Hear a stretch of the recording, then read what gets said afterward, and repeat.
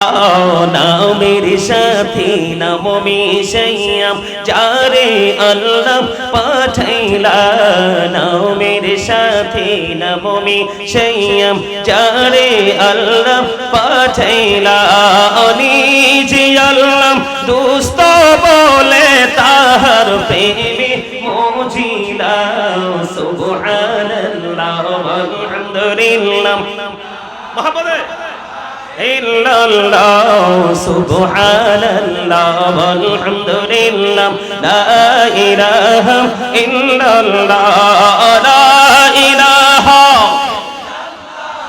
লা ইলাহা ইল্লাল্লাহ শাহাদাতের বাণী ঠোঁটে আসিলেন কামলিওয়ালা শাহাদাতের বাণী ঠোঁটে আসিলেন কামলিওয়ালা আমকাতে ফুটিল রবি নূরে মিন নূরে আলা সুবহানাল্লাহ ওয়ালহামদুলিল্লাহ মুহাম্মদে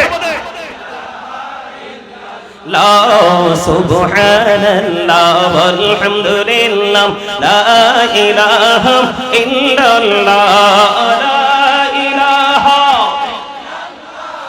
লা ইলাহা আরশ কুরসি লৌহ কলম সৃষ্টি জাহান ওসিলা নিজে আল্লাহ খুশি হইয়া নাম রাখলেন হাবিবুল্লাহ সুবহানাল্লাহ ওয়ালহামদুলিল্লাহ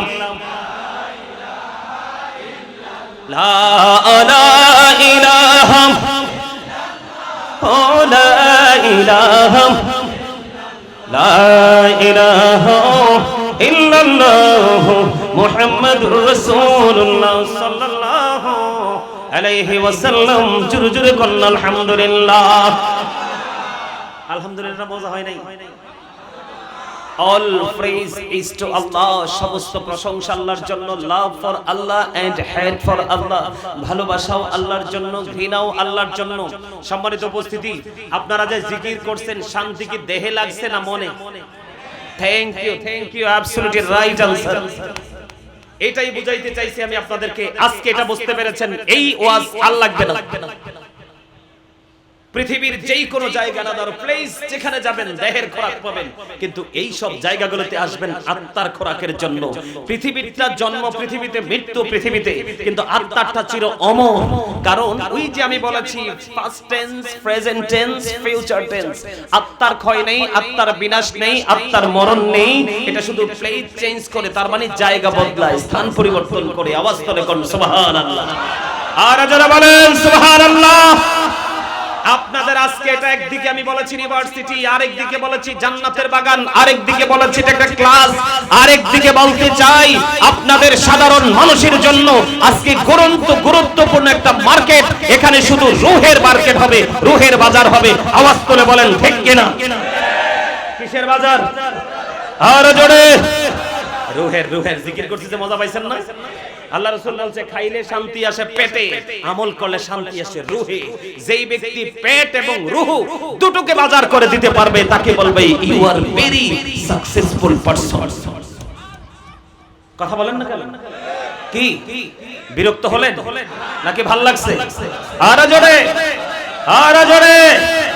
দিদি পান তোলে দে মাঝি হেলা করিস না দিদি পান তোলে দে মাঝি হেলা করিস না ছেড়ে দে নৌকায় আমি যাব মদিনা ছেড়ে দে নৌকায় আমি যাব মদিনা মৌকাই নবী এলো মা আমিনার ঘরে হাসিলে হাজার মানি কাঁদিলে মুক্তা ঝরে মৌকাই নবী এলো মা আমিনার ঘরে হাসিলে হাজার মানি কাঁদিলে মুক্তা ঝরে দয়ালে মুর্শিদে যার সখা তার কিসের ভাবনা দয়ালে মুর্শিদে যার সখা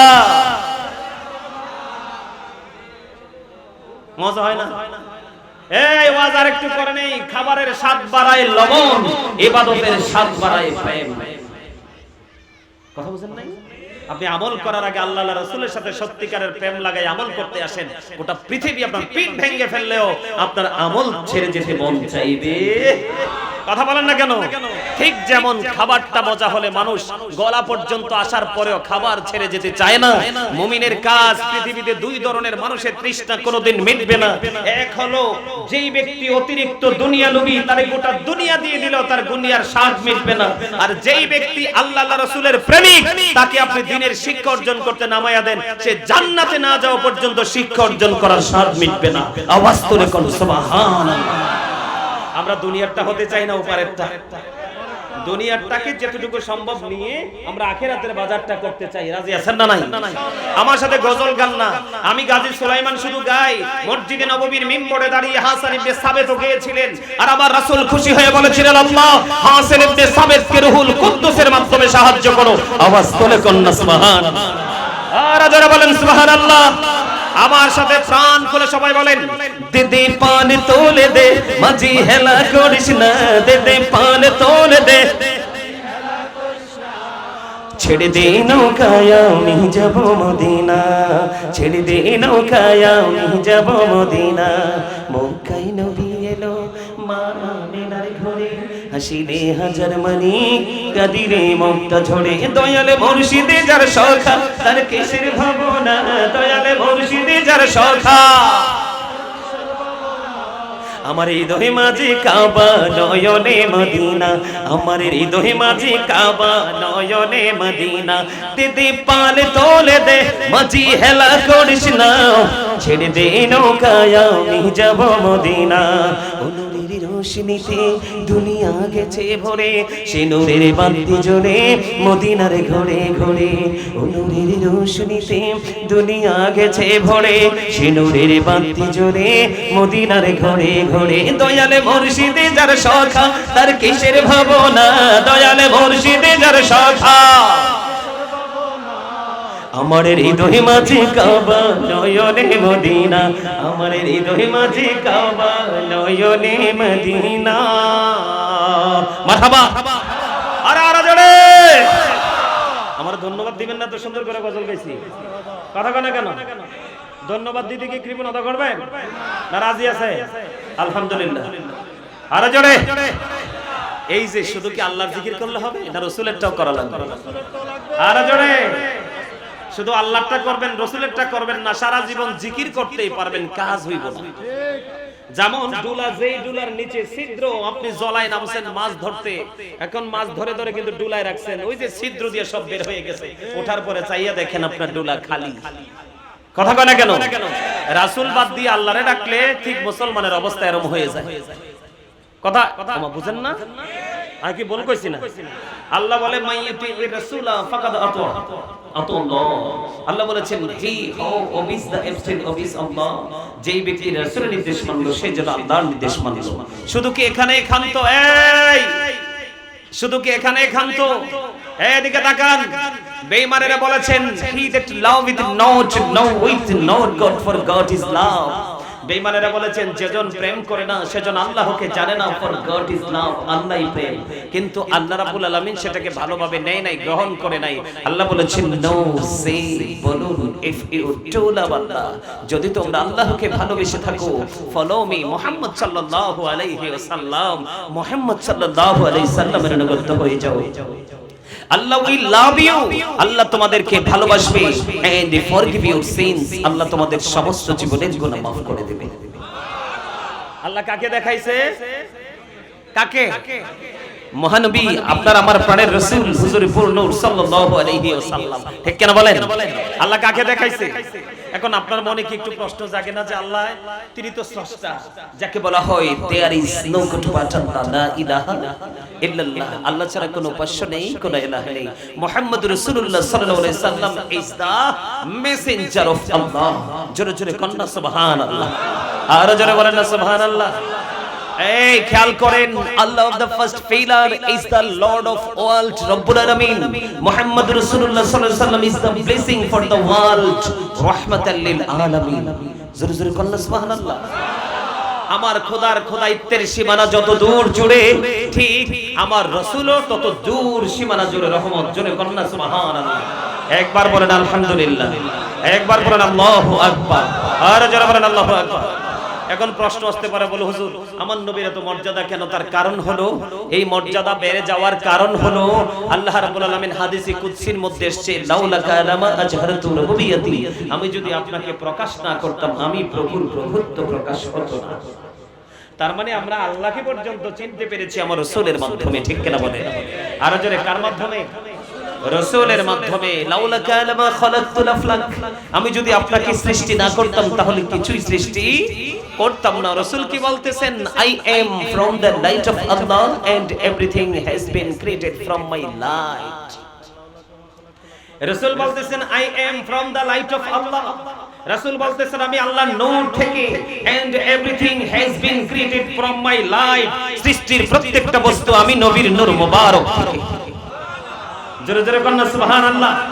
শুধু এখানে ক্ষান্ত নয়, I was a prophet when Adam was mixture of water and mud। আপনার আবার নবী ওই সময় নবী যখন আদম ছিল কাদা মাটির মাঝে, তার মানে এখনো আদম হয় নাই, তখনও আপনার আমার নবী ছিলেন নবী। আওয়াজ তুলে কোন সুবহানাল্লাহ। বিশ্বাস হয়নি? আরো জোরে বলেন। তাফসীরে রুহুল বায়ানের তৃতীয় খণ্ড 543 পৃষ্ঠা উল্লেখ রয়েছে বন্ধু।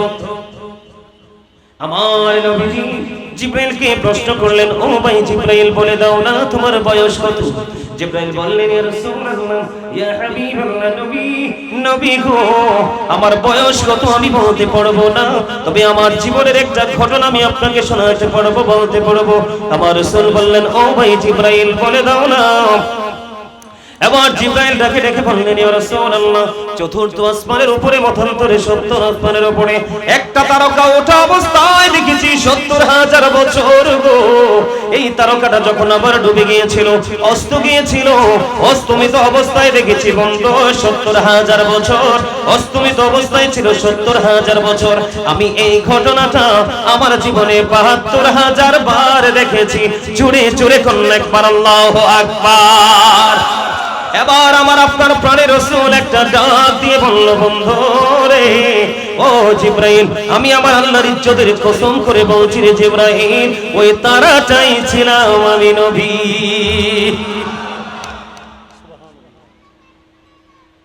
ভাল লাগতেছে না? কথা বলেন না কেন? সবার কাছে ভালো লাগে?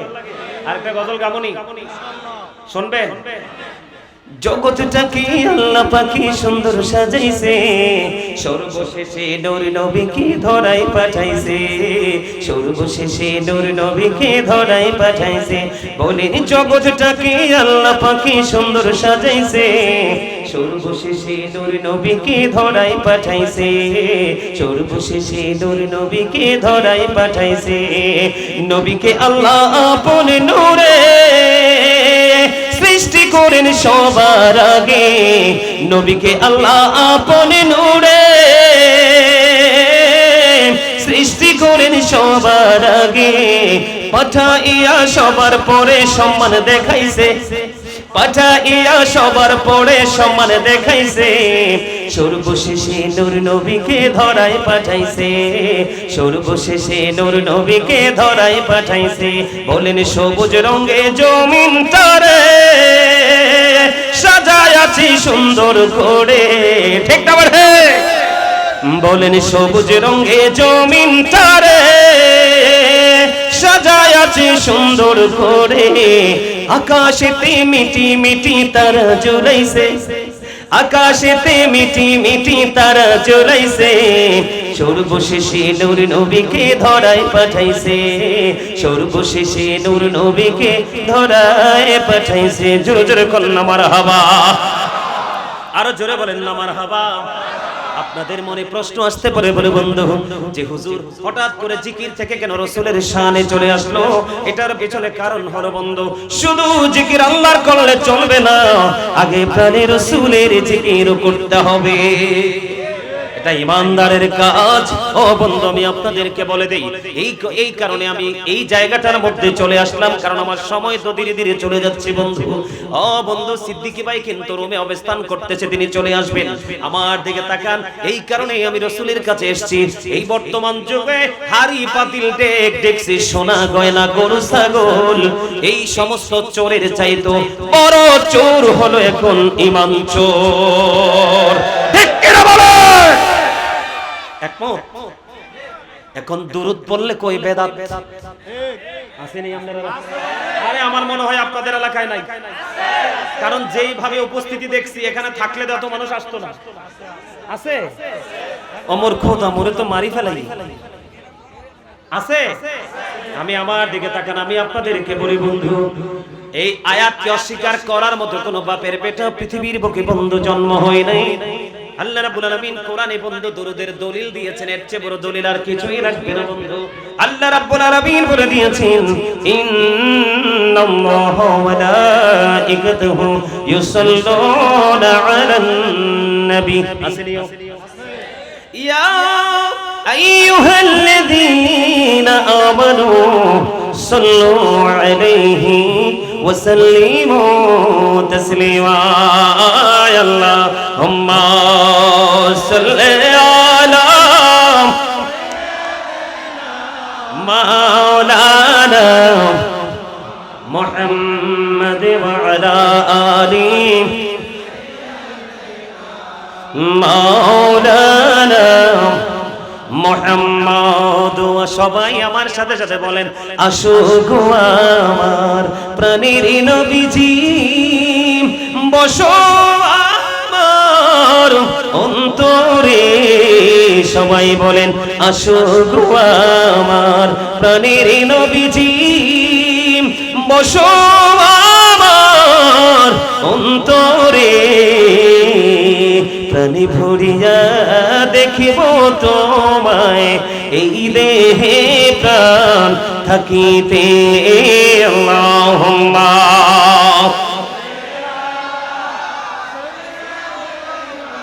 মাওলানা মুহাম্মাদ ওয়া আলা আলি সাইয়্যিদিনা মাওলানা মুহাম্মদ। জোরে বলুন আলহামদুলিল্লাহ। এই যে দরুদটা পড়ছেন ভালো লাগছে নি? মন থেকে কার কার কাছে ভালো লাগছে দুইটা হাত তুলে আমারে দেখান। আল্লাহু আকবার, ইয়া রাসূলুল্লাহ, জিন্দাবাদ জিন্দাবাদ। হাত নামান। ভালো লাগছে? যদি ভালো লেগে থাকে বন্ধু, জুম্মার নামাজ পড়াইয়া আপনাদের উদ্দেশ্যে রওনা দিয়েছি বন্ধু। এই কারণে বলতে চাই, আমার আপনার প্রাণের রাসূল তিনি বলে দিলেন, জুমার দিনে কেউ যদি মদিনাওয়ালার সাথে প্রেমের ডুরি লাগাইয়া 80 বার যদি দরুদ পড়তে পারো গো, আমার আল্লাহ খুশি হইয়া তোমার 80 বছরের সগীরা গুনাহ মাফ করে দেয়। এই দরুদ পড়াকে যদি কেউ বেদাত বলে আমরা কি মানবো? না। কথা বলেন, মানবো?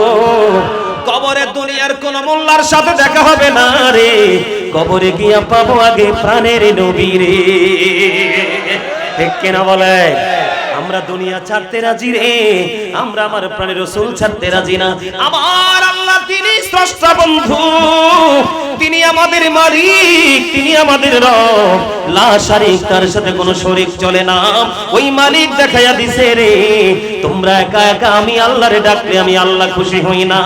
আমার হাবিবরে নিয়ে আসো, আমি আল্লাহ তোমার জন্য দরজা খুলে দিলাম। আমি তো মনে করছি সবজি থেকে রাগ হয়ে গেছি কি আমার লগে, খাইছে রে খাইছে, কি দূর জানে আই করলাম আল্লাহই জানে। অন্ধেই না আমারে মহব্বত করে আবার ফিরে আইছে। আলহামদুলিল্লাহ, আলহামদুলিল্লাহ কর না কেন? আর জোরে মহব্বতে বলেন না। নবীর পাইয়া খুশি না?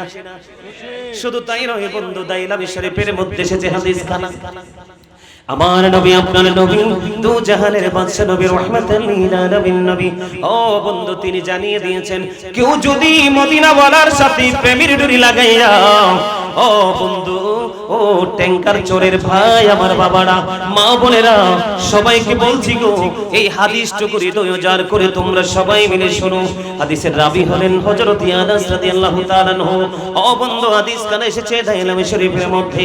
আমার আপনার প্রাণের রাসূল তিনি জানিয়ে দিয়েছেন, কেউ যদি মদিনাওয়ালার সাথে প্রেমের ডুরি লাগাইয়া প্রতিদিন যদি 1000 বার যদি দরুদ পড়তে পারো, তাহলে জান্নাত না দেখা পর্যন্ত তোমার মরণ হবে না।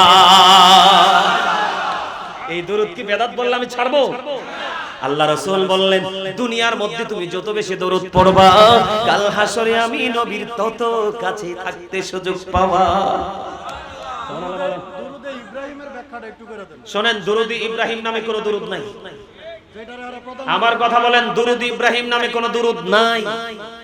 আচ্ছা, আমি আপনাদেরকে একটা एग्जांपल দেই, সহলে বুঝতে পারবেন। আমার নবী শ্রেষ্ঠ নাকি ইব্রাহিম নবী শ্রেষ্ঠ? কথা বলে না কেন? কিছু বোকা, কিছু স্টুপিড আছে, গান একেবারে সীমিত।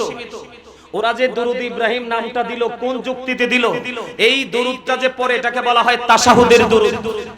কিসের দুরুদ? কিসের দুরুদ? তাশাহুদের দুরুদ। এটা নামাজের জন্য খাস, আর নামাজের বাইরে পড়তে আমি নিষেধ করি না, পড়তে পারবেন, তবে এটার সাথে তাশাহুদ সহ পড়তে হবে। কি সহ পড়তে হবে? তাশাহুদ সহ পড়তে হবে। এই জন্য আপনার আকীদা আগে ঠিক করতে হবে। আমার দিকে তাকান।